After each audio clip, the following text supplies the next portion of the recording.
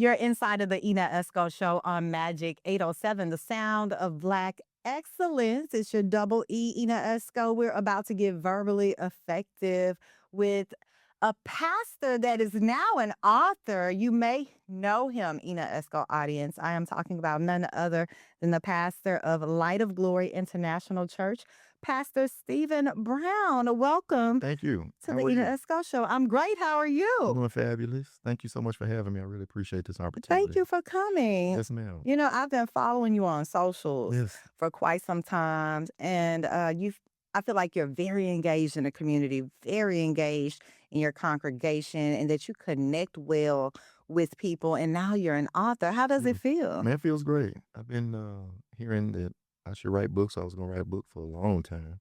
I didn't know my first book was going to be this particular topic, but I feel great. I feel accomplished. I feel like vision is coming to pass. Mhm. I'm excited. I think I unlocked a new side of me Unlike the with new being an author. side, you feel Yeah, like working on part two. absolutely. Okay. Yeah. How was the writing process for Vindicated? It was fun. It was fun. I, put my emotions into it, so I was able to share, my honest feelings and thoughts and hold anything back. And so when you just being honest and truthful and just writing your story, it's kind of like a release. Mhm. And so it was very fulfilling to write. Is it and I often hear people talk about their process for writing, like it's a whole scheduling process, like they have to be in a certain mood, all the things. Was that similar for you? Yeah, being a new first time author, I didn't know what to expect, Yeah. so I didn't really have a schedule. I was just writing when I felt it. You know Mhm. what I'm saying? When I felt something in my heart, I said, "Oh, it's time to share," and I would, get my iPad and my tablet and just get to talking and jotting things down and writing. So it would come and go, but once I got going, it just flowed, and it was a very unique experience. Okay. Now we're going to dive into Okay. Vindicated during our discussion today, but I want to get into some background because you have a very colorful journey. I want to know what you were doing before you became a pastor. Before I came pastor, What was life like? life was like just life as a young basketball player chasing these hoop dreams. I'm from the Okay. city of Memphis, Tennessee. So I played basketball all my childhood life all the way up through Were college. you AAU circuit and all the Yeah, oh yeah. things? So it's changed now, but we have Mhm. those circuits like that. They was just emerging back in the '90s, but we was on the AAU circuit for sure. Won some championship. Played with some great guys back in my day, and so I did that. Went all the way to college and played at a school called Idaho State University. Mhm. I did that. I graduated there with a degree in education, Okay. and so the You wanted profession. to teach. I didn't want to teach. Okay. I just I was a basketball player, so I chose something that I knew I could handle. Okay. And I get it. so I didn't really want to be a teacher. I just, I definitely wanted to graduate. Uh-huh. And so How was Idaho coming from Memphis to Idaho? it How was was that it was experience? a culture shock. I bet it Yes, was. but Tell me about it. I learned to adapt and embrace it. It was different. I met a lot of new friends and a lot of new types of people. Diversity. Yeah, no, They kick it different. yeah, they different. Yeah. It was diverse for me, but not them. They were, you know, but it was great. A lot of snow, Oh yeah, a lot of Idaho is cold. potatoes, Yeah. but it was a beautiful town. College Life, nice little small town, Uh-huh. Pocatello, Idaho. Uh-huh. About 2.5 hours from Salt Lake City, Utah, 3 hours from Boise. Say the name again. Salt Lake City, Pocatello. Pocatello. Yeah, Wow. yeah, yeah, Pocatello. You So miss it? mm, I really do. Yeah. I didn't at first, but I really want to take my wife and my kids back for just a trip or something. Maybe go to some games or go to see the mountains or go to.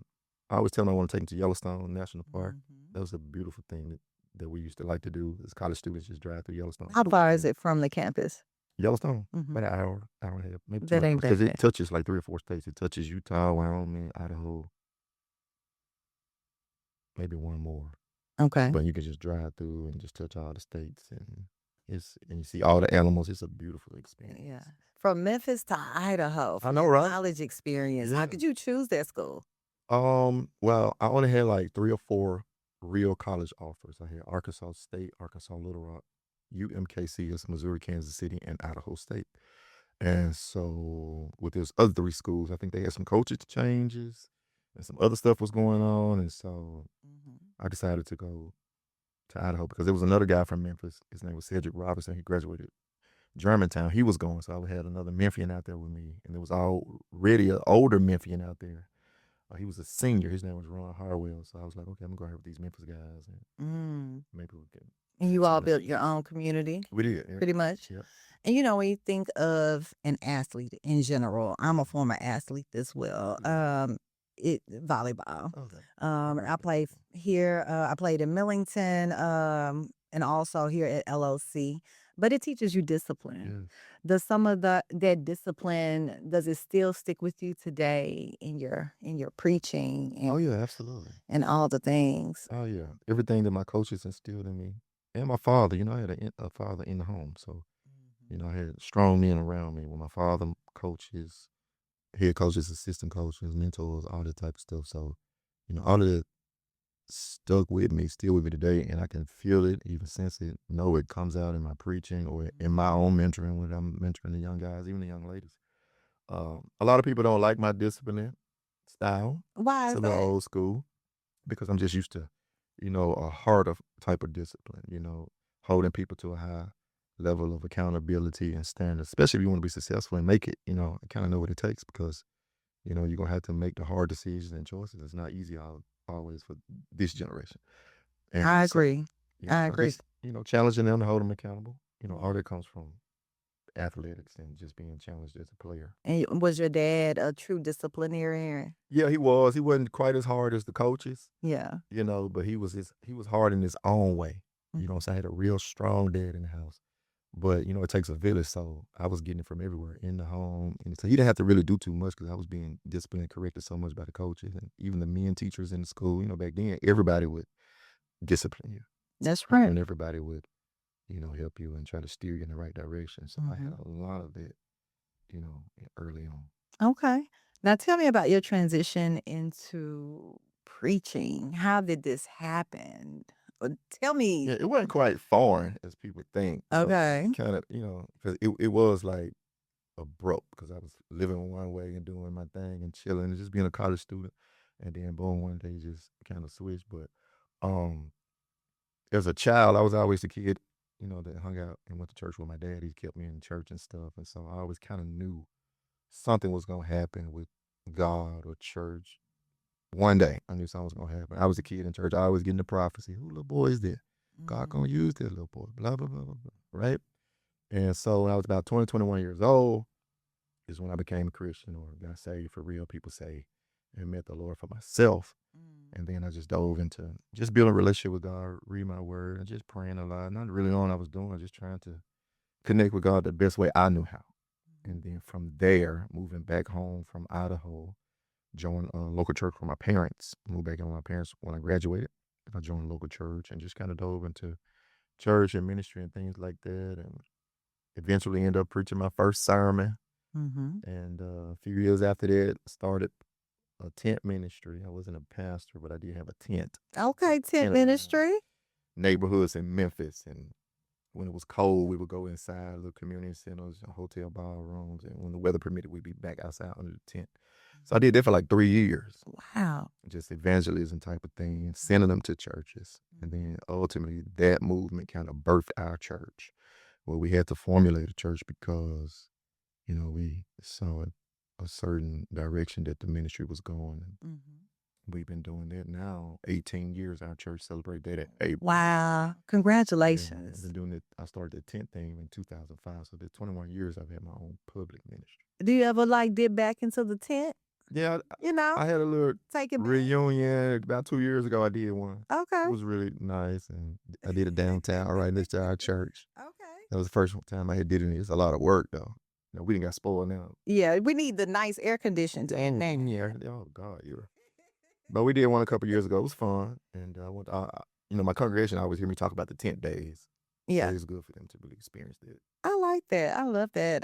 Your ministry emphasizes restoration Yeah. and healing. Hmm. Why do you believe that so many people, are searching for those two things right now? Man, it's just people go through so much, so much trauma, so much with mental health awareness, Yes. you know, um, so many things that people don't even like to talk about from their childhood, whether it's molestation, whether it's coming up in a foster home, whether it's feel like you're being rejected or abandoned, you know, things have to be restored that they don't even know that was lost. So they just grew up without it and just, evolving as a human, those things can weigh on you emotionally. So I Mhm. think people are finding themselves. We have so many areas of awareness going on in this day and time. And when those areas, hit home for people and they search for restoration and healing because they are now identifying what the issue of the root problem is or could have been in certain things or certain areas. So I think that's probably part of it. Yeah. And with that being said, we had some discussions before we started recording today about the youth, Right. right? Yeah. And I'm pretty sure that the makeup of your church is heavily, has a big youth group. Am I Yes. right? Yes.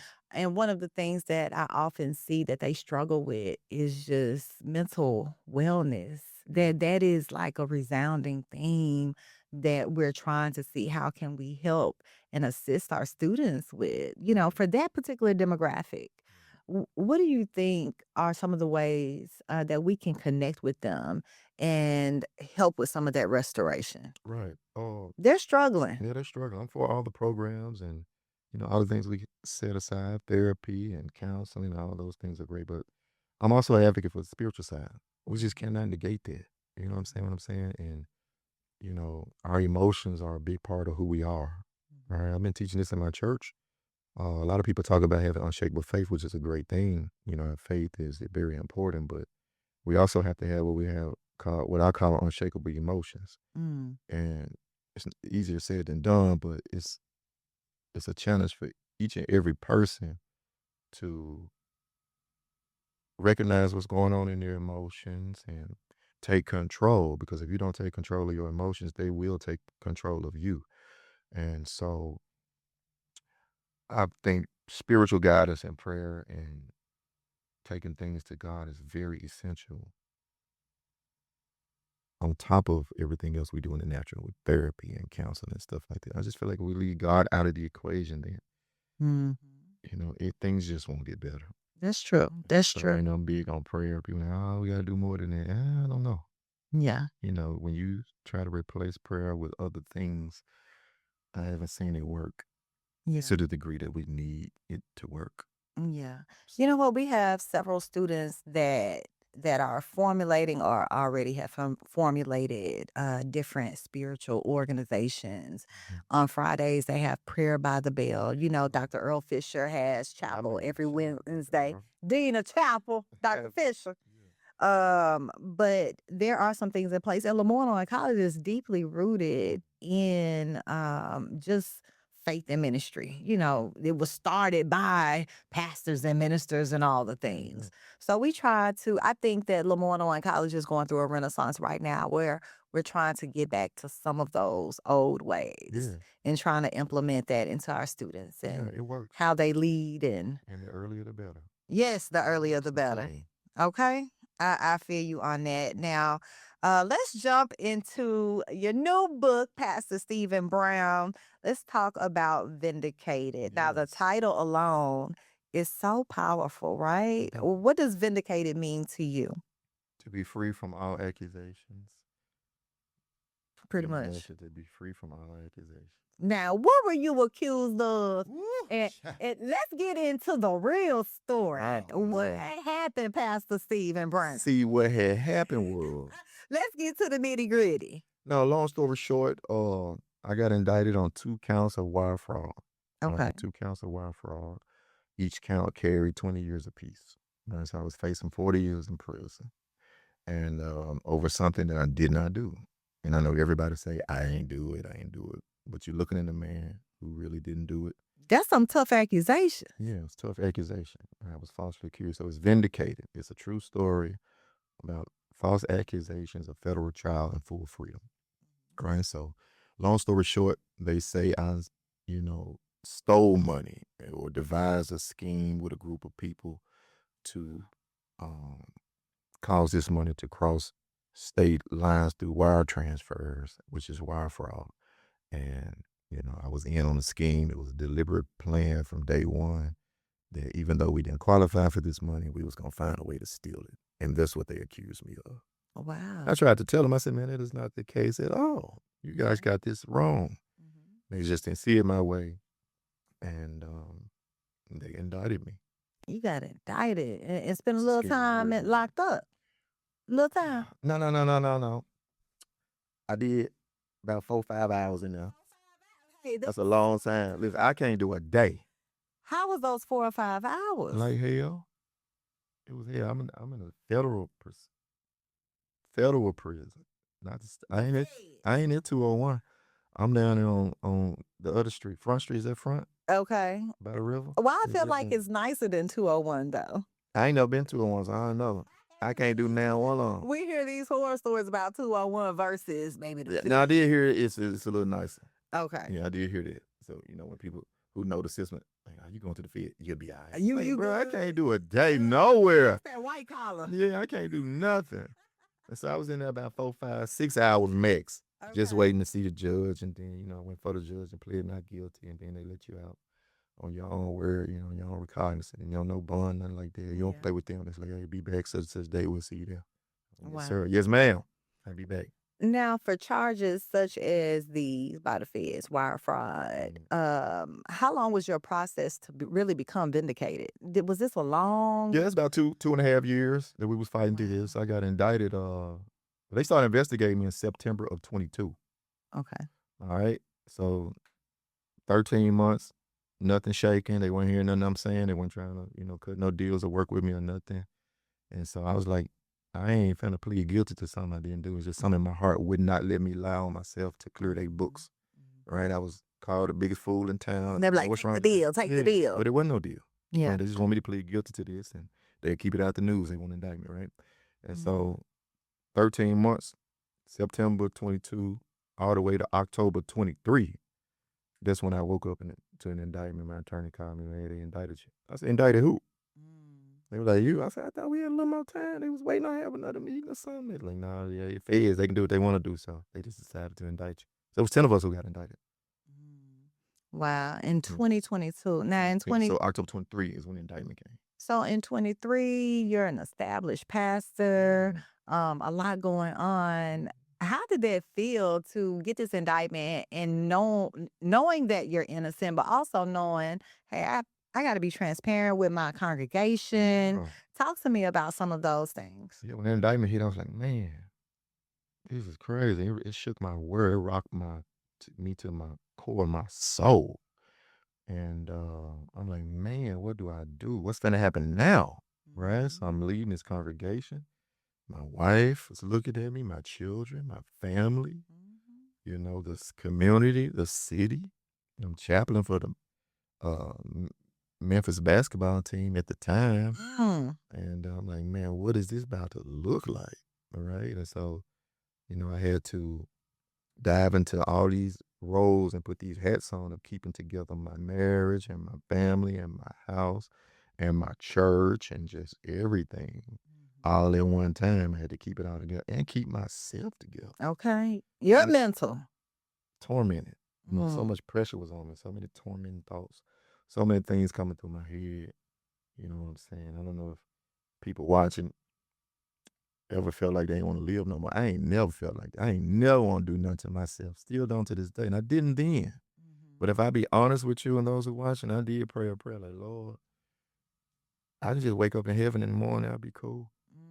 That's how bad it was. I ain't really want to die. I just wanted it to be over.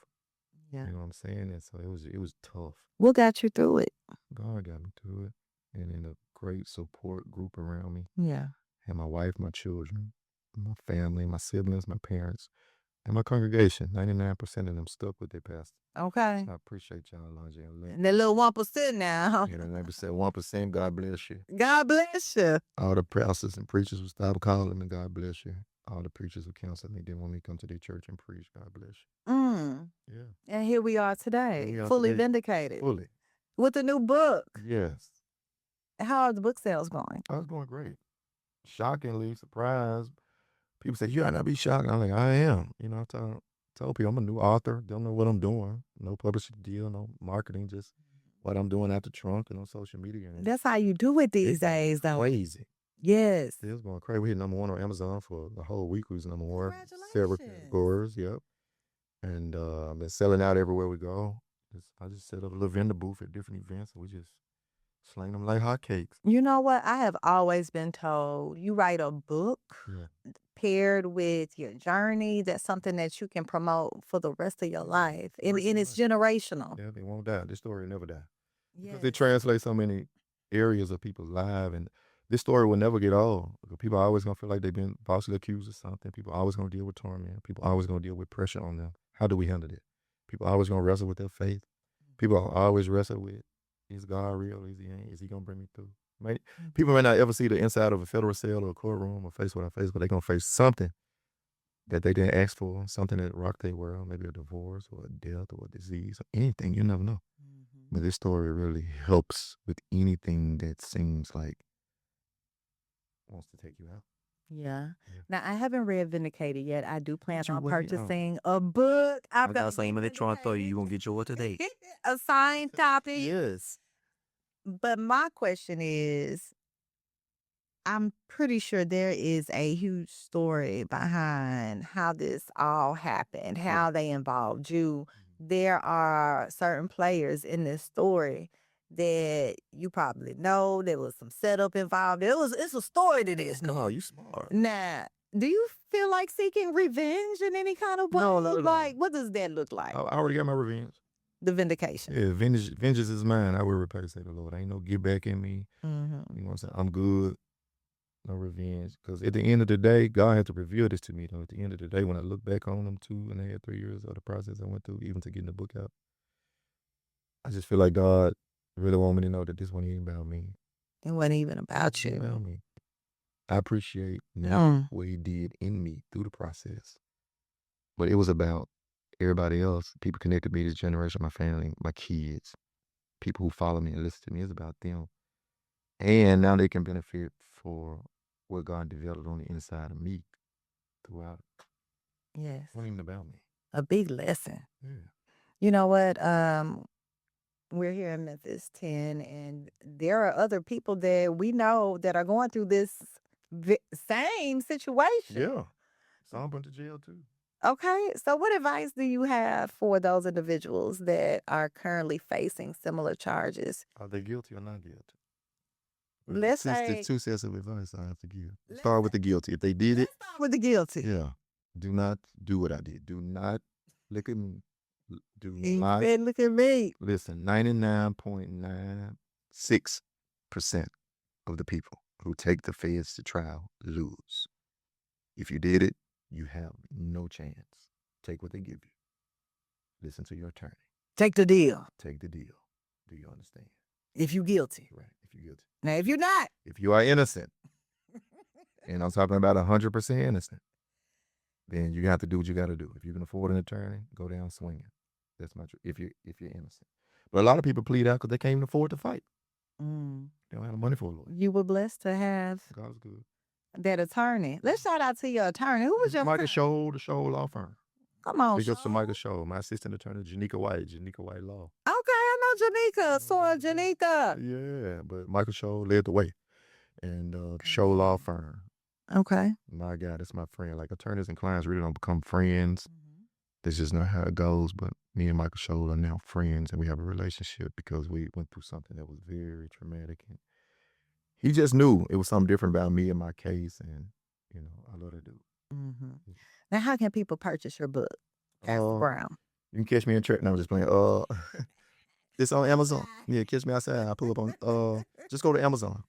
Amazon. You got an ebook, you got a paperback, and a hard copy. All 3 formats available on Amazon. Yes. Just type in Vindicated, or you can type in Stephen Brown, and she'll pop right up. It'll be at your house 2 days, 3 days. Or just catch me on tour. I'm going on a huge book tour, Vindicated book tour all around the country. Okay. All right, so I'll be at a city near you, at a church near you. I'm going to preach for a lot of my pastor friends all around America. Okay. I will have books with me everywhere I go. Have you done something at Novel Memphis yet? I haven't. I need to reach out to them. You do. Yeah, You do. Latrice ran here. When she released her first book, I think she did her book signing there. So. Yeah, I think that would go great with the whole marketing and promotion of what you're doing. So what you do? How does it work? Just call them and tell them. Yes, yes, yes. I can help you with that. Please. I help you offline. I'm gonna help you with that part. Yes, ma'am. My gift to you, Pastor Stephen Receive it in L. Jesus' name. Brown. What Yes. does the L stand for? Lamont. Lamont. We got Lamont in the business. Now, I also hear that you are a gospel recording artist. And eels. So you got a little do re I mi. don't. I just like to think that I do, but it comes from such a sincere place. People be like, "You need to record that," but I can't say that, but we can feel it. So I be doing the Jane Fortune and the Kirk Franklin on there, and I be trying to hit the one note I can hit, but it be hot though. All the song, it be hot. We have so many artists, musical artists from the city of Memphis. There's been a lot of conversation online about, I guess, the Memphis music scene. A lot of the artists started from like gospel roots here in the city, and they're so super talented. What do you think about the music scene in Memphis? Man, I love it. So many talented artists, male and female, all genres, not just gospel. We just have so much talent here. Yeah, And it's like it's in the DNA. it is. I was just gonna say that. It's got to come from our ancestors. Yeah, Yeah, I agree. that thing is passed down. Yeah. You know. Now I can like picture you now in a Sunday service warming everybody up. Yeah. Now y'all go to John. You see, I'm trying to get you to sing. Come on here. Gone. And see, he not giving that today, y'all. He only giving Vindicated today. Yeah, go download by Friday. Stephen Brown. That's how everywhere music is. That's my hot new singer. I got Pastor Stephen L. Brown, Pastor Stephen Lamont Brown on the Ena Esco Show getting verbally effective with me today. Now, we have a segment on the show called My Algorithm where we talk about some things that are trending. And one thing, and I'm relating it to basketball, you was the big D1 star over there in Idaho. Come on. We got the Ja Morant trade that just happened. A lot of us are torn. A lot of us are feeling some kind of way. I think that Ja, especially when he first came to the city, I think he changed the entire culture of the Memphis Grizzlies. That grit and grind really meant something coming from that young man. And then we saw some Give him away. injuries. We saw a few uh happenings online with the guns, and it just seemed like things went downhill ever since that happened. I thought that he would have some type of redemption, but it never really happened. How do you feel about the Ja Morant trade, and what does his future look like? Terrible. Yeah. Man, I don't understand the Grizzlies sometimes. Yeah. We just gave away our whole team. We gave away Ja. Because we really didn't get nothing for it We didn't. with that Gave away trade. Ja. Gave away Desmond Bain. You gave away Jaren. Jaren Jackson. And then you gave away Dylan Brooks. Before Dylan Brooks, you give away Steven Adams. That's the whole. If you had that five right there, man, you talking about playoff contender. Yeah. I just don't understand, And then, like, if you knew you was gonna deal Ja, I'm a Boozer fan though. Thank God we got Boozer. A lot of people don't understand that pick. Cam Boozer. I love Boozer. Okay. I see what he can do and what he gonna bring. I think he probably gonna be a good chance of getting Rookie of the Year. I really believe that for Boozer. Okay. I'm not sure if he's gonna be the superstar that Ja was. Yeah, I'm like, does he have that star power like Ja? But it seemed like if you knew you was gonna trade Ja, then why not go get a guard? Like we need a guard. I just don't understand the thinking. So Boozer is more so like a forward, Power forward is a big man. guy. Yeah. Yeah. Kind of do what Jaren did. Kind of score a little better than Jaren, But did we need? yeah, we needed he's a baller. This draft was so loaded. Like we could have got any one of them dudes. It's like 10 dudes in there that was really like great. And so we got one of the best ones. Yeah. But I No just more don't Ja. understand though. But we And, knew it was coming. It took us 20 right? some years to get a superstar. Yeah. We ain't getting another one. Yeah. It's But gonna be tough. did we feel like this was destined to happen with the trade for Ja? We've been hearing We rumors could've of worked it. it out. They could have worked it out. Do you think Ja wanted to work it I out? think he wanted to be here. I don't know him like that personally, but I think he wanted to be here. He loved Memphis. Yeah. He act like he did his parents. His daddy loved Memphis. No, his daddy loved Memphis. Yeah. They could have worked it out, man. I don't know. And now he's going over there to Minnesota? Portland. Portland. Portland Trailblazers. The It's great for him, though, Trailblazers. man. It's a great opportunity. Gonna go play with some great guys, new city. It's the headquarters of Nike. You know, he got the hottest shoe in the game. He got the hottest shoe in the world. And so he's right there in Nike's backyard. So it's gonna be great for him It's gonna personally. be a parade in the city in No Portland. parade of- No more parade in the Memphis City. Lord Jesus. What we gonna do, Pastor? We gonna have to pray. Yeah, hopefully Boozer will come with it though. He can play. He just, you know, Young. He young. He's just not a superstar. Youngest in the league, right? I'm not sure about I that. believe so. Okay, could be. Yeah. So we'll see. He's a great player, though. Trust me, I'm a Boozer fan. I love the pick, but I just thought him and Ja together would just be like electric. Well, we'll see how that goes. All of this is fresh information. I'm actually going to be talking about it on a sports podcast in the 1 o'clock hour. That's coming up very shortly. So we'll see what the guys are talking about. But we're going to jump into some rapid fire questions with you, Pastor Brown, if you're down. Oh Lord. I want you to finish this sentence. People would be surprised to know what about you? Then I'm introverted. I'm very shy. It don't seem like it. See? I'm surprised. Yep. The best advice that you've ever received is? Learn all you can and can all you learn from my daddy. Okay. I laugh the most when? I laugh the most when I'm on a group text with the guys and they send something stupid. Okay. Okay, so y'all got a chat, a guy group chat going. Yeah, I'm in several of them, no doubt. Okay. One thing I'm still learning is? One thing I'm still learning. Just how to deal with people. Just feel like that's ongoing, huh? Yeah, because everybody, everybody keep developing, matriculating through life and through different phases and areas. So you have to relearn people in whatever phase they're in all the time. So I'm in the people business. And so once you think you got somebody figured out, they done shifted on you. So you got to readjust. And so, yeah. Okay. The greatest blessing in my life is? My family. Okay.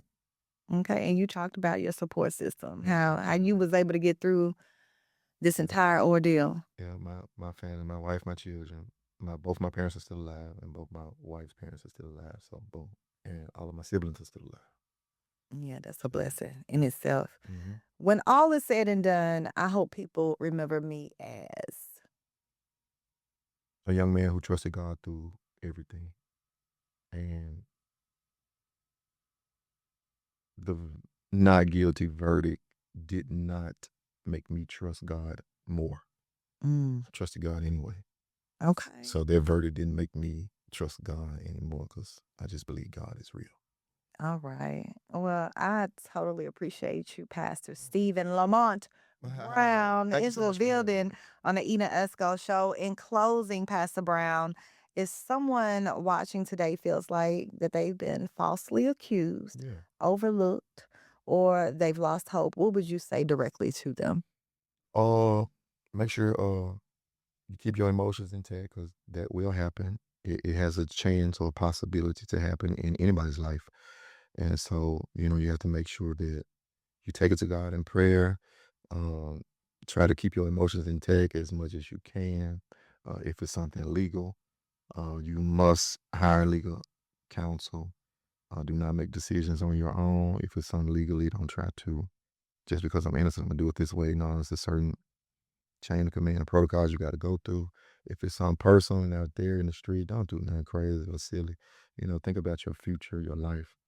One bad response to a situation can destroy your life forever. So you want to be wise in handling your emotions. And I always tell people the Bible says, be ye angry, but sin not. So anger is an emotion and it will come.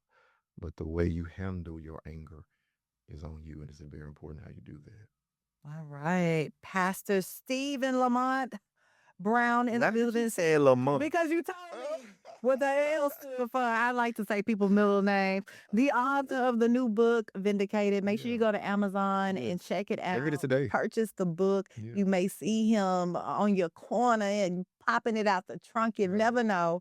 Yeah. But I wish you the best of luck, Pastor Brown. Thank you so much. Yes, I think you have an amazing story to tell and to share and to provide impact on someone's life with it. Thank you so much. And I know I said this several times, but thank you so much. You're I'm honored to welcome. be here. You are a legend in this industry Thank you. and in our city and our community. And this is a big opportunity for me to share my stories. So thank you. Yes, you're welcome. And how can people follow you on socials? Social media is Pastor Stephen Brown, Stephen. And on Instagram is Stephen Brown. L stands for Lamont. L stands for Lamont. Yeah, and so I'm all over YouTube, Light of Glory National Church or Stephen Brown. Yeah. All right. Well, thank you, Pastor Stephen Brown, joining me today on the Ena Esco Show, getting extremely verbally effective, author of the new book, Vindicated. Make sure you check it out. Thank you. Thank you.